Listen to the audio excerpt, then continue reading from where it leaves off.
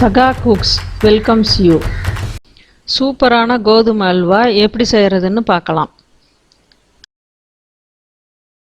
இந்த அல்வா செய்ய 1.5 கப் நெய் தேவைப்படும். வாணலியில் 4 கரண்டி நெய் ஊற்றி முந்திரி வறுத்து தனியாக வச்சுக்கோங்க.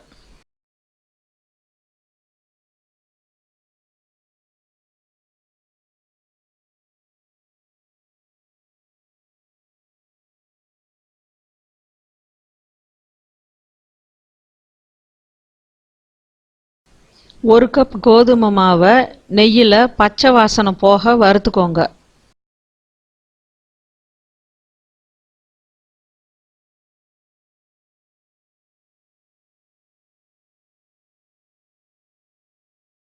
கட்டி இல்லாமல் நெய் விட்டு கிளறி பாத்திரத்தில் ஊற்றி வச்சுக்கோங்க.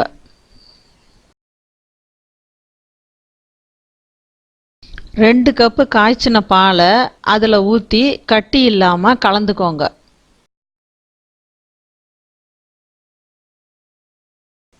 அதே வாணலியில் கலந்த பாலை ஊற்றி கைவிடாமல் கிளறிக்கிட்டே இருங்க. 2 கப்பு சர்க்கரை போட்டுக்கோங்க.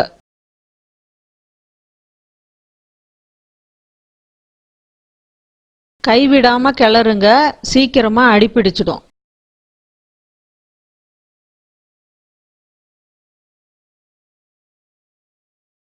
கால் டீஸ்பூன் ஃபுட் கலர் சேர்த்து கிளறிக்கோங்க.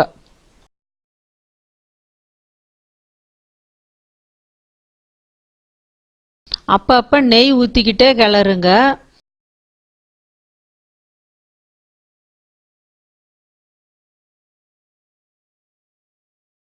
அல்வா பாத்திரத்தில் ஒட்டாமல் சுருண்டு வரும்.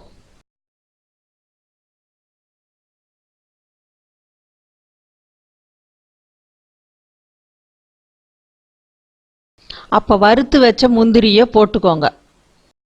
நல்லா கிளறிக்கிட்டே இருந்தீங்கன்னா நல்லா உருண்டுட்டு வரும்.